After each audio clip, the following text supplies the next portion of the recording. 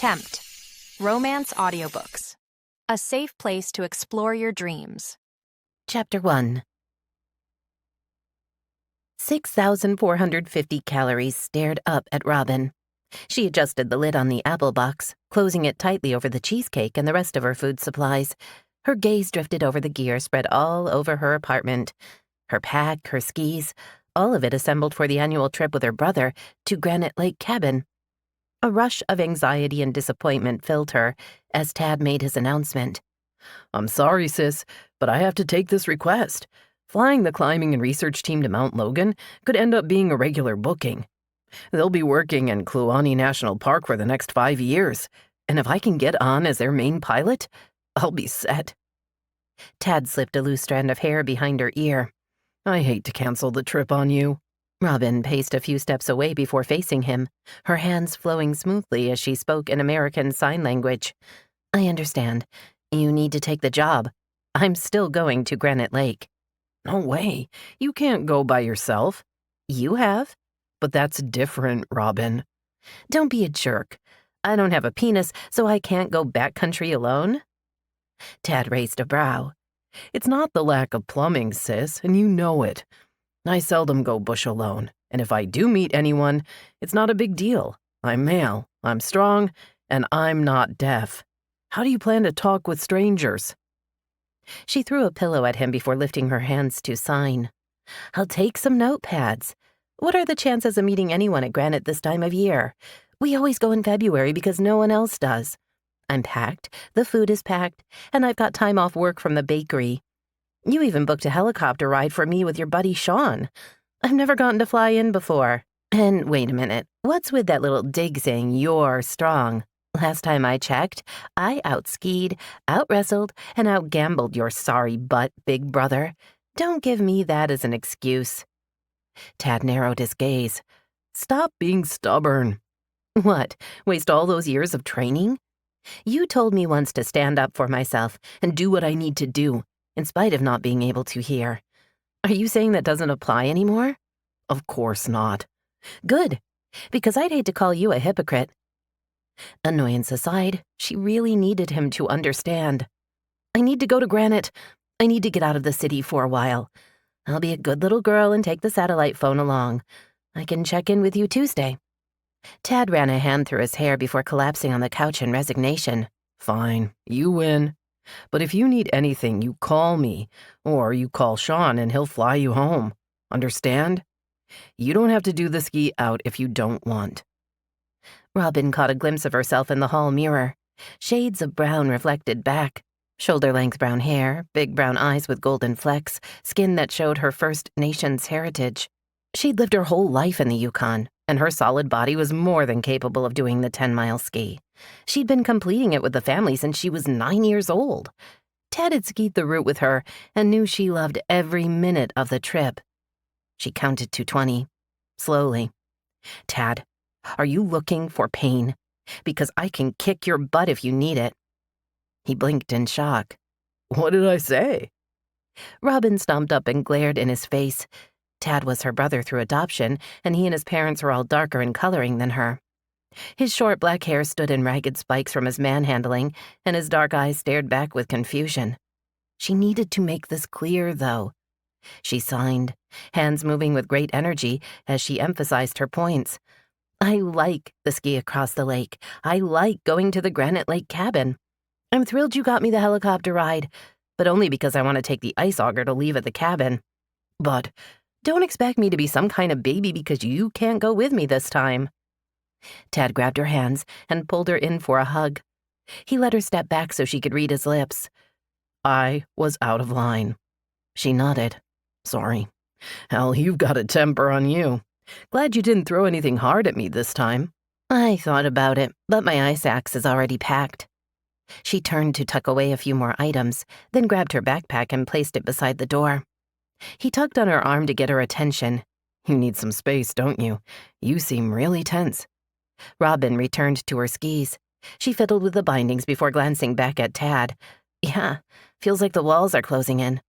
I'll be okay if I can get some time away from the city." "There's something—" Tad hesitated, looking everywhere around the room except at her. He opened and closed his mouth a couple of times before shaking his head. Never mind. She sighed heavily. Not again. You do this at least once a year. Whatever deep, dark secret you have, I wish you'd spit it out. Or stop bringing it up, because you just get me curious. Are you gay? Tad sat back on his heels, his jaw dropping open. Robyn. Well, you seem to turn 20 shades of red every time you start this. I thought maybe it had to do with sex. I don't care if you are gay, you know? There's this great guy down at the bakery. Thanks, but I'm not gay. It's nothing. Do you have your bear spray? She blew her bangs off her face with a sudden snort and pointed to the pocket of her ski overalls. Stupidest thing I've ever carried. I've never seen a bear, not once in all our trips. Someday you might be glad you have it, sis. But I could carry at least 5 more chocolate bars. That reminds me, you do realize if I gain weight this trip, it's all your fault. What? We packed an entire mocha chocolate cheesecake to eat this week. Now I'm going to have to suffer through and eat the whole damn thing myself. She licked her lips and grinned. The pilot tugged on her sleeve and pointed twice, first left toward the lake, then farther to the right behind the cabin. She shook her head and picked the left. The lake. The helicopter banked as he veered to change course. The surface snow around them stirred under the effects of the spinning props, and whiteness whirled away from the chopper until there was nothing but the solid snow base under the landing gear. Robyn waited while the pilot trotted around to open her door. She helped unhook her skis from the landing blades while he removed the rest of her gear from the back seat and dropped it on the snow beside them. In under a minute, she'd done a final check to be sure all her things were out. Then, giving the pilot a thumbs up, she crouched low and scrambled toward the shoreline. The wind buffeted her for a minute as the helicopter rose, lifting over the small hill to the north, returning to Haines Junction. She looked around her and drew a long, slow breath, crisp air chilling the back of her throat. Not a cloud in the sky to block the blue. The mountains around her tall and snow-covered, beautiful and overpowering at the same time. The lake spread before her, its large bay at her feet, and the longer length of it stretching snake-like to the south to disappear around the bend of the mountain. A sense of home spread throughout her body. Twisting in a circle, she noticed the cabin facing the lake had been fixed up since the last time she'd been out. Someone had repaired the front porch supports and added a series of hooks along the north wall. Snow shovels and axes that had been buried under a good 4 feet of snow last February hung in plain sight, easy to access. Continuing her visual scan, Robyn was surprised to see a new building a little ways from the cabin. It was too small to be another sleeping area, and they didn't need any more storage. The temperature was warm for February, 27 degrees, but the chill sank into her bones the longer she stood in one place. She trudged back through her footprints to ferry her gear to the cabin. The new building would be her treat to explore once she got set up for the night. Soon, her backpack rested on the low platform covering the back of the tiny one-room cabin. There was space for 6 sleeping bags to lie side by side, with an extra 3-foot extension at their feet that was used as a bench. Robyn considered for a minute before placing her pack along the sidewall near the window. She doubted anyone else would show up at the cabin, but she'd better stake her claim just in case. The second trip, she carried up the cardboard apple box filled with groceries. Because of the helicopter, the food this trip was different than her usual dry goods. She had fresh fruit and veggies for at least 4 days, some nice French loaves, and the dreaded mocha chocolate cheesecake. Flying in had some definite fringe benefits. She left the box on the small counter that ran along the left-hand wall up to the wood-burning stove. The cabin was so compact, there was barely room left for a table and 4 chairs on the right side, and a narrow bench beside the solid plank door.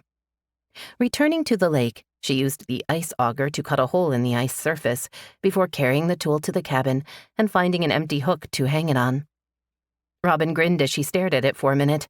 She'd bought her contribution to the Leave It Better Than You Found It policy in a garage sale the previous summer for $20. Lake trout for dinner. She could hardly wait. But first, she would check out the new addition to the area. Making her way through the knee-deep snow, she climbed the last couple of steps that rose above the snow line, undid the locks, and peeked in. There was a small open area with 2 side windows and a snow-covered skylight overhead. Wood dowels lined the interior walls at head height, with a low bench running around the wall space. Another door was set in the center of the room. Good heavens, was that a shower in the corner? Robyn walked to the enclosure in amazement. Someone had brought a shower stall to Granite Lake and installed it in this small cabin. Her heart leapt for a second, wondering if her guess of what was in the other room was correct. She hurried back, opened the central door, and walked into the smell of cedar and wood smoke. In the corner was an old pot-bellied stove with river rocks piled all around it. 2 levels of benches were built into the walls, and a couple of large buckets graced the top of the stove. A sauna! Someone had built a sauna! She'd died and gone to heaven. Tad was going to be pissed he'd missed this. But the real debate became whether she wanted to get the fire going or if she should still go fishing for her dinner. Robyn ran her hand over the smooth wood and breathed in the rich scent. Actually, it was an easy decision. She'd do both. Getting the fire going wasn't a big deal, and she'd have time to fish before it warmed up properly. The next hours passed quickly while she set up her fishing line, laid out her camping mattress and sleeping bag, and got the 2 stoves going. By 6, it was dark, and she lay flat on her back on one of the upper benches in the now toasty sauna. She'd enjoyed pan-fried trout for dinner, along with a glass of Merlot, and she was on the edge of feeling very, very good. Her frustration slipped away with the sweat pouring off her body. This was roughing it. She sat up, scooped some more of the melting snow from the pot on the stove, and poured it with care over the hot rocks to build up the steam in the room. Noticing the pot was close to empty, she slipped into the annex and pulled on her boots. Propping open the outside door, she walked into the darkness with a bucket in either hand. And slammed into something solid that hadn't been there before. Something tall and hard and covered in Gore-Tex? You can listen to the rest of the book in the Tempt Romance audiobooks app, available on the App Store and Google Play. The link to the book is in the description. Discover even more bestsellers and exclusive stories updated weekly, only in Tempt Romance audiobooks.